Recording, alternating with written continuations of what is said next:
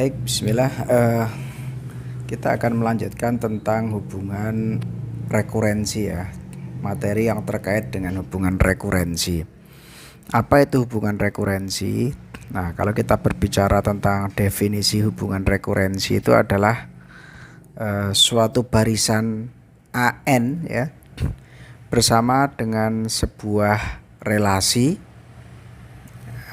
AN di mana ada fungsi AN1, AN-1, AN-2 dan seterusnya sampai dengan A0.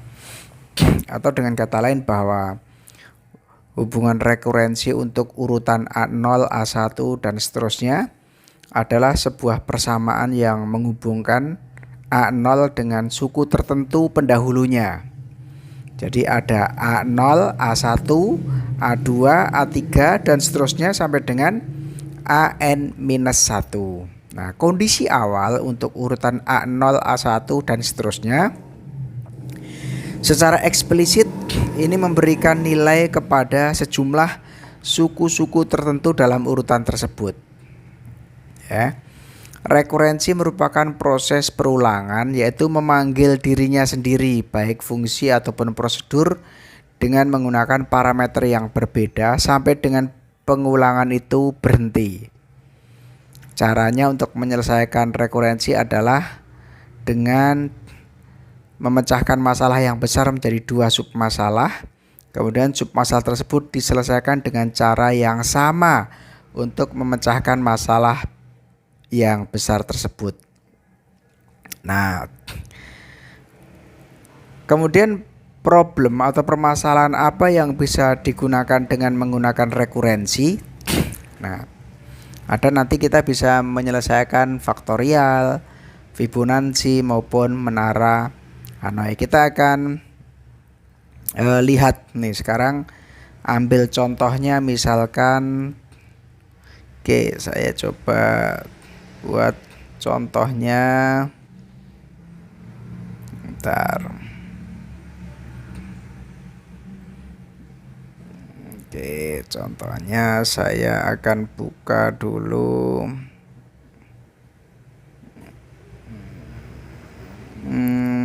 Oke, sebentar ya. Ini sebagai contoh saja nih. Oke, contohnya ini ya. Misalkan kita akan melihat perkembangan virus corona. Oke. Perkembangan yang sekarang lagi hangat itu adalah virus COVID-19. Nah, misalkan ada kasus seperti ini ya, di mana virus ini ternyata setiap hari dia perkembangannya menjadi 2 kali lipat setiap harinya. 2 kali lipat setiap harinya.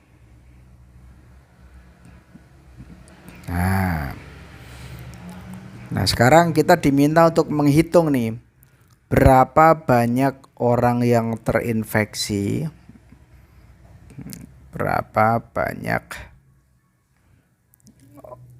orang yang terinfeksi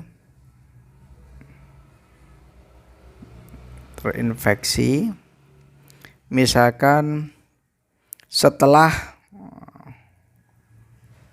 sekian hari ya, misalkan setelah D hari gitu ya, setelah D hari. Kurang gede ya.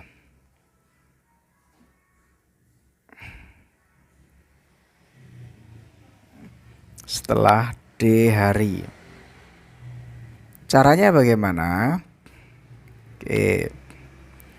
Caranya misalkan ini diketahui bahwa hari pertama itu semula diketahui A0-nya itu misalkan ada 100. Berarti jumlah infeksi di awal itu misalkan 100. Nah, kalau kita baca soal ini 2 kali lipat setiap hari. Nah, berarti kalau A0-nya 100, maka A1-nya sama dengan ya 100 kali 2 ya, sama dengan 200. Kemudian A2-nya Berarti hari ketiga ya, ini hari pertama, hari ketiganya berarti iya ini kan 200 kali 2 sama dengan 400 dan seterusnya. Sehingga dari sini bisa kita rumuskan bahwa perkembangan virus COVID-19 itu bisa kita gunakan rumus rekurensinya adalah AN. Rumus rekurensinya adalah AN sama dengan, kalau setiap hari naik 2 kali lipat berarti 2 AN minus 1. Ini rumus yang dipakai untuk tadi ya, untuk hubungan rekurensi. Oke. Sampai di sini ada pertanyaan? Nah, kemudian ada contoh yang lain, misalkan Fibonacci. Fibonacci itu apa? Fibonacci itu ini adalah sebuah teori yang ditemukan oleh Leonardo Pisano.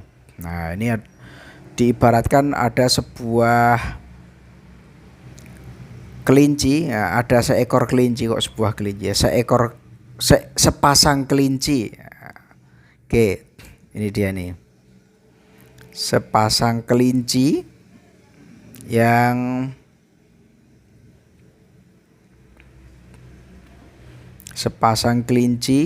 nah ini kan pada bulan pertama itu sepasang kelinci,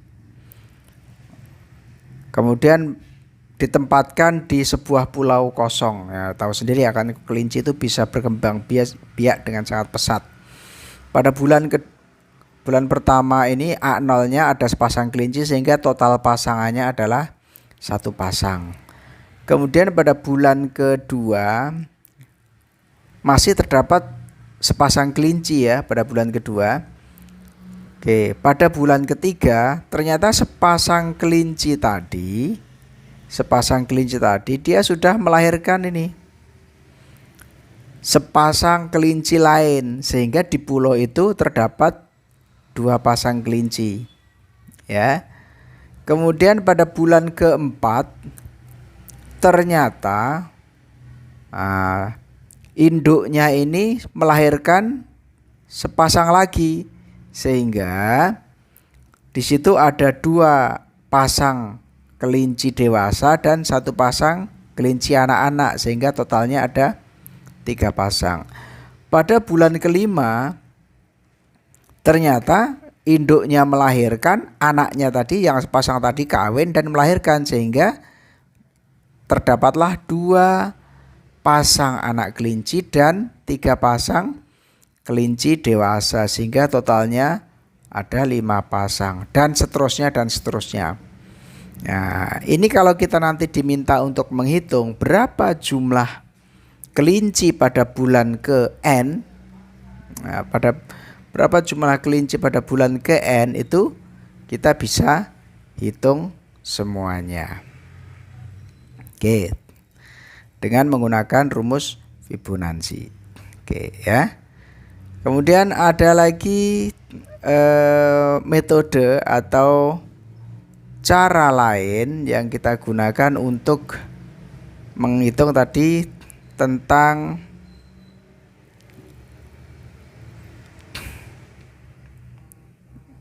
menara Hanoi. Nah, ini saya berikan contoh ini sekarang menara Hanoi. Menara Hanoi itu yang seperti apa sih? Ini dia. Misalkan ini, Anda diminta untuk memindahkan ya sebuah menara. Jadi yang pertama, ini kita mengenal ada 3 cakram di tiang A, tiang B, dan tiang C dengan susunan. Cakram pertama berwarna hijau, cakram kedua berwarna putih, dan cakram ketiga berwarna merah. Kita diminta untuk memindahkan ketiga cakram ini dari tiang A ke tiang C. Dari tiang A ke tiang C.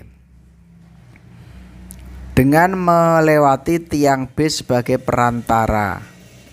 Ya, tiang B sebagai perantara. Susunannya itu harus sama, di mana paling bawah biru, paling atas merah, dan tengahnya warna putih. Bagaimana caranya? Oke. Bagaimana caranya? Karena ada ininya ya, ada caranya gitu ya. Nih. Berapakah banyak langkah yang dibutuhkan untuk memindahkan semua tumpukan cakram di tiang A ke tiang C dengan syarat? Ini syaratnya ini ya. Pertama, satu langkah hanya memindahkan satu cakram. Kedua, hanya cakram teratas yang dapat dipindahkan. Tiga, cakram yang lebih kecil harus berada di cakram yang lebih besar.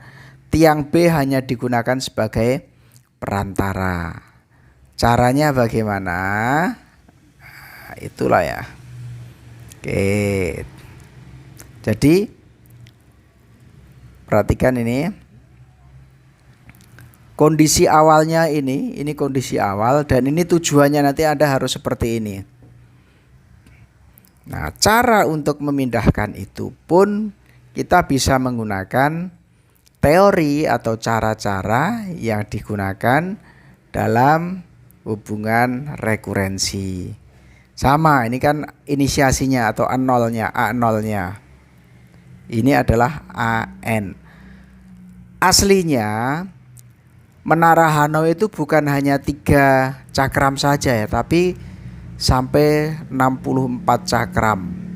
Anda bayangkan kalau hanya 3 ini mungkin kita bisa memindahkan dengan cara yang mudah. Tetapi kalau 64 cakram ini harus menggunakan teknik tersendiri, dan teknik itu yang dinamakan dengan hubungan rekurensi. Ya, caranya seperti tadi yang sudah disampaikan. Oke, sampai di sini. Ada pertanyaan? Kalau ada pertanyaan silakan bisa tuliskan di kolom komen. Ya, terima kasih. Selamat belajar, semoga sukses semuanya.